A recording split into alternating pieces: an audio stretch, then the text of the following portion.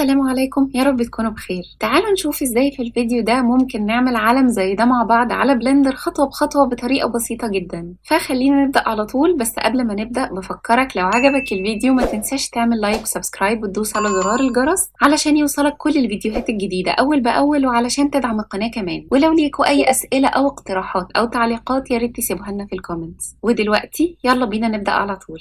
مبدئيا كده اي حاجة هدوس عليها على الكيبورد او الماوس هتلاقيها موجودة عندك تحت على الشمال هنا، علشان لو انا نسيت اول حاجة وانا بشرح.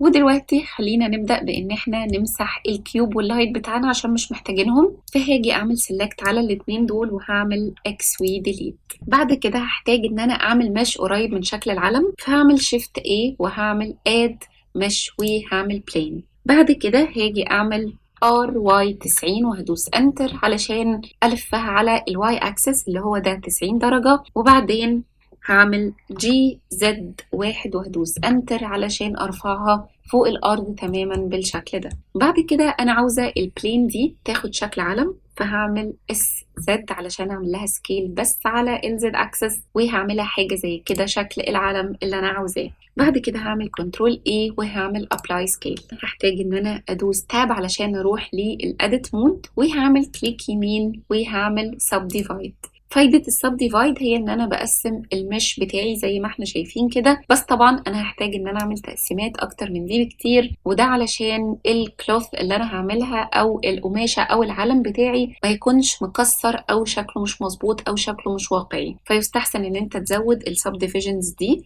فتقدر ان انت تخلي دي حاجة زي 30 مثلا وتدوس انتر. ولو لقيت الجهاز بيتقل منك قوي قللها شوية، هتوصل لنتيجة مش احسن حاجة بس هيكون نتيجة مرضية، والبروجكت نفسه مش هيكون تقيل قوي على الجهاز زي لما بتعمل number of cuts كتيرة او subdivisions كتير. فلحد هنا تمام، كل حاجة زي الفل. الحاجة اللي بعد كده اللي انا هحتاج اعملها هي ان انا لما هاجي اعمل العلم بتاعي، عشان اعمل العلم انا محتاج ان انا اثبته من الجزء ده علشان الجزء ده يكون هو اللي شكل القماش، والجزء ده يكون ثابت في العمود بتاع العلم. فهعمل ده ازاي؟ هحتاج ان انا اثبت النقط دي كده، فهاجي هسلكت كل الفيرتسز اللي هنا دول بالشكل ده، وهاجي من هنا من الأوبجكت داتا بروبرتيز هتلاقي هنا عندك فيرتكس جروبس، هتعمل بلس فكده هيفتح لك جروب جديد، وكل اللي هتحتاج تعمله ان انت هتعمل assign. كده لغاية دلوقتي انت ما عملتش اي حاجة غير ان انت حطيت الفيرتسز دي كلها جوه جروب. تمام كده، احنا دلوقتي لسه ما ثبتناهاش، ما عملناش اي حاجة، كل ما في الامر ان احنا جمعناهم كلهم في جروب.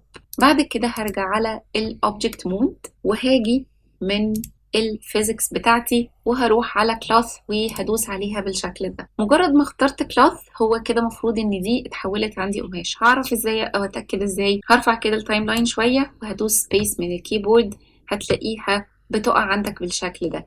الوقوع ده معناه ان هي كده خلاص هي اشتغلت اوريدي، هو اتطبق عليها الكلاث.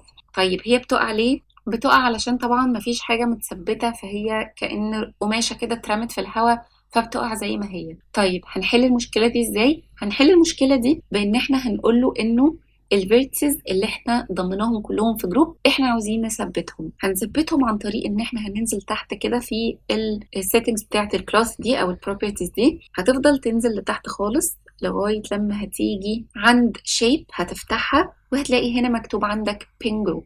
بين يعني دبوس، فهي باينه من اسمها. هنيجي على البين جروب دي هندوس عليها، هتلاقي ان مفيش جروب غير اللي انت عملته اللي احنا ضمينا فيه الفيرتسز اللي احنا عاوزين نثبتها. فمجرد ما تختاره كده هي كده اتثبتت.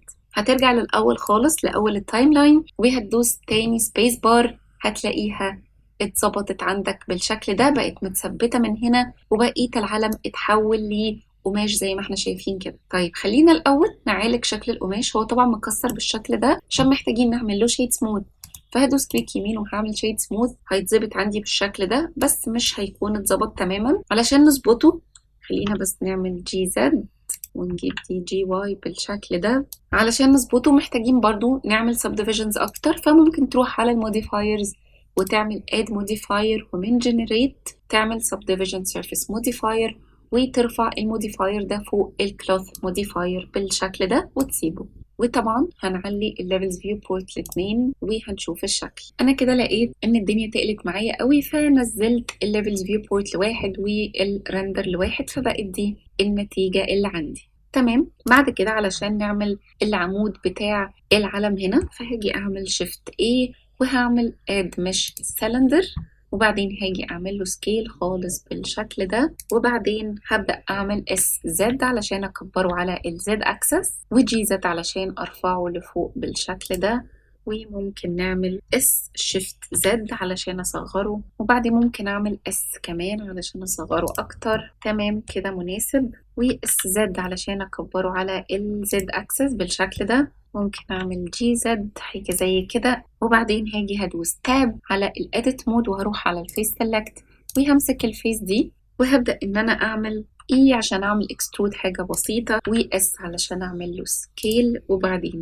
اي عشان اعمل اكسترود، وبقى عندي حاجة بالشكل ده. دلوقتي ممكن اروح على الادج سيلكت وادوس الت واختار الادج دي، وشفت الت واختار الادج لوب دي ودي كمان، وهنزل لتحت خالص وهدوس شيفت الت واختار الادج لوب دي، وبعدين هاجي اعمل كنترول بي علشان اعمل لهم كلهم بيفل بسيط، وهسكرول اب بالعجلة بتاعة الماوس علشان اعمل بيفل بسيط حاجة زي كده.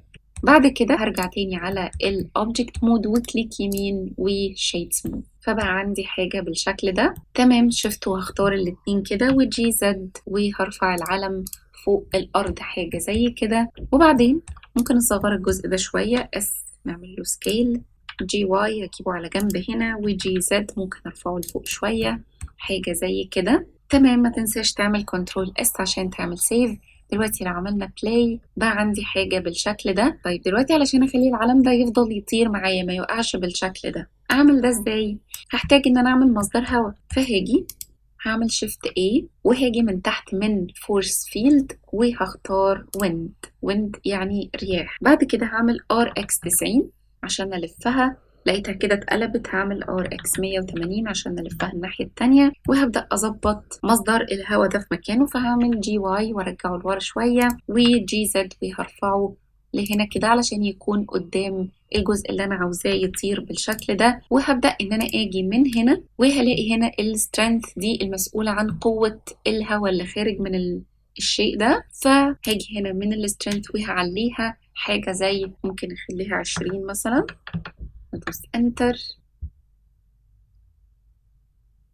طيب ممكن نمسك الاتنين دول ونصغرهم تماما، نعمل سكيل حاجة زي كده. طبعا لازم تتأكد انك ترجع لقدام خالص علشان يتظبط معاك السكيل، وجي واي وبعدين جي زد خلينا نجيبها على الأرض كده وننزل ده شوية. وأنا عملت سكيل علشان القوة بتاعة الهوا دي تكون كافية للعلم بتاعي لما يصغر. خلينا نعمل apply scale، نعملها حاجة زي 100,000 مثلا.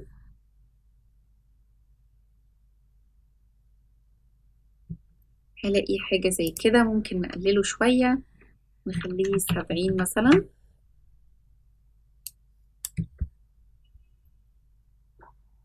وهاجي من الكلاث من هنا هخلي من الكوليجنز الكواليتي 4، وهرجع كده من الأول تاني. تمام. وأنا رحت لغيت السبديفيجن سيرفيس موديفاير علشان كان متقل على الفاضي، فأنا لاحظت إنه ملوش لازمة قوي عندي. وبعدين الخطوة الأخيرة اللي أنا هعملها هي إن أنا هضيف الماتيريال بتاعة العلم، فهاجي من هنا من الشيدنج تاب من هنا هزوم ان، وممكن اجيب هنا الرندر بريفيو.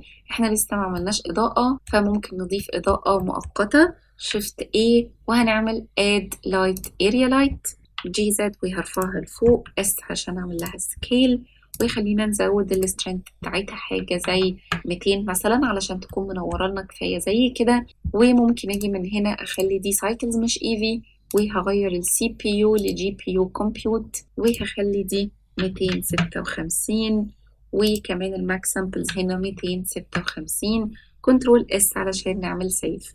بعد كده هختار الجزء بتاع العلم من هنا وهعمل نيو من هنا علشان اعمل نيو ماتيريال. بعد كده علشان اضيف الصورة بتاعتي هاجي من بيس كولر هنا وهشد كده، هتتفتح لي القائمة دي، هختار منها image texture، هدوس دوسة كده علشان نطبقها، وهعمل من هنا open علشان افتح الصورة اللي انا عاوزاها. انا كنت محضرة الصورة بتاعتي PNG، فهختارها من هنا وهعمل open، وبكده هتتفتح لي على طول على العلم بالشكل ده. بس طبعا هلاحظ ان الصورة معوجة، فهحتاج ان انا اعمل خطوة كمان علشان اعدلها. هدوس تاب عشان اروح للإديت مود، ومن الفيس سيلكت هدوس ايه عشان اعمل سيلكت اول. بعد كده هدوس يو من الكيبورد وهعمل سمارت يو في بروجكت وهدوس اوكي. بكده انا عملت يو في ماب، فهسحب دي كده على جنب، وهاجي من السهم ده هختار من هنا اليو في اديتور علشان اكون شايفه الفيسز اللي عندي هنا دي شكلها عامل ازاي. هاجي من هنا كده هحط الماوس هنا وهزوم اوت بالشكل ده، وهي دي الفيسز اللي عندي هنا. هاجي من هنا وهتاكد ان الماوس عندهم كده وهدوس ايه عشان اعمل سيلكت اول، وهبدا ان انا اشوف مفروض الفها في انهي اتجاه. فهعمل ار واي 90 وادوس انتر. كده اتجاهها هنا بقى مظبوط، ولكن محتاجين نظبطها شوية أكتر. فهعمل جي وهبدأ إن أنا أجيب الزد في النص تماما بالشكل ده، وبعدين هعمل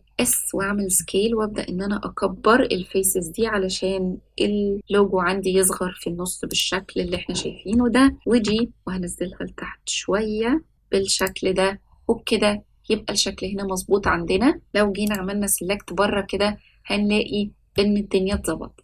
أول حاجة إن أنا هلاحظ إن هنا الشكل بدأ يتكرر، فعلشان نعالج المشكلة دي هاجي من هنا وهغير ريبيت دي هخليها كليب، فبكده الجزء ده اختفى والصورة مش هتتكرر عندي.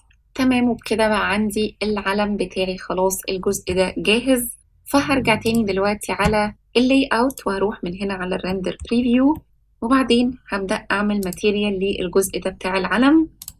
فهعمل نيو ماتيريال وهعمل ماتيريال حاجة زي كده تكون ميتاليك بالشكل ده، ودي النتيجة الأخيرة اللي احنا وصلنا لها. طبعا تقدر ان انت تتحكم في ان انت تخلي دي ميتاليك اكتر او لأ، وان احنا نخليها رف اكتر او نقلل الرفنس بتاعتها. فبس كده دي كانت الطريقة اللي احنا عملنا بيها العلم بتاعنا على بلندر. فيا رب يكون الفيديو عجبك، ويا رب يكون كان مفيد ليك. لو عجبك الفيديو ما تنساش تعمل لايك وسبسكرايب وتدوس على زرار الجرس علشان يوصلك كل الفيديوهات الجديدة أول بأول، وعلشان تدعم القناة كمان. ولو ليكوا أي أسئلة أو اقتراحات أو تعليقات يا ريت تسيبوها لنا في الكومنتس، وأشوفكوا في الفيديو اللي جاي إن شاء الله. باي باي.